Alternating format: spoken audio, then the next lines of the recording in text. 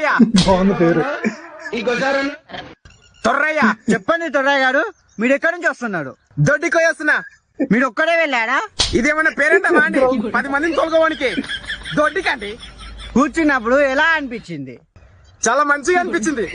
చాలా మంచిగా అనిపించింది. ఏమన్నా బాధ అనిపించిందా?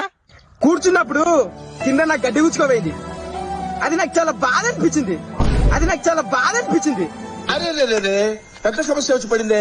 నీళ్ళు వచ్చిందా గట్టిగా వచ్చిందా? రాత్రి దినాల గడ తినొచ్చిన, అందుకే జర గట్టిగా వచ్చింది. అందుకే జర గట్టిగా వచ్చింది. బతుకు బురదలో పంది బతుకుతుంది, నువ్వు బతుకు. గవర్నమెంట్ ని ఏమన్నా అడుగుతారా? ఇంటింటికి ఒక లోట ఫ్రీ చేయాలని అడుగుతా. ఒక లోట ఫ్రీ చేయాలని ప్రజలకు ఏం చెప్పాలనుకుంటున్నావు? ఎవరిది వాళ్ళు కడుక్కుంటే మంచిదని చెప్పాలనుకుంటున్నా.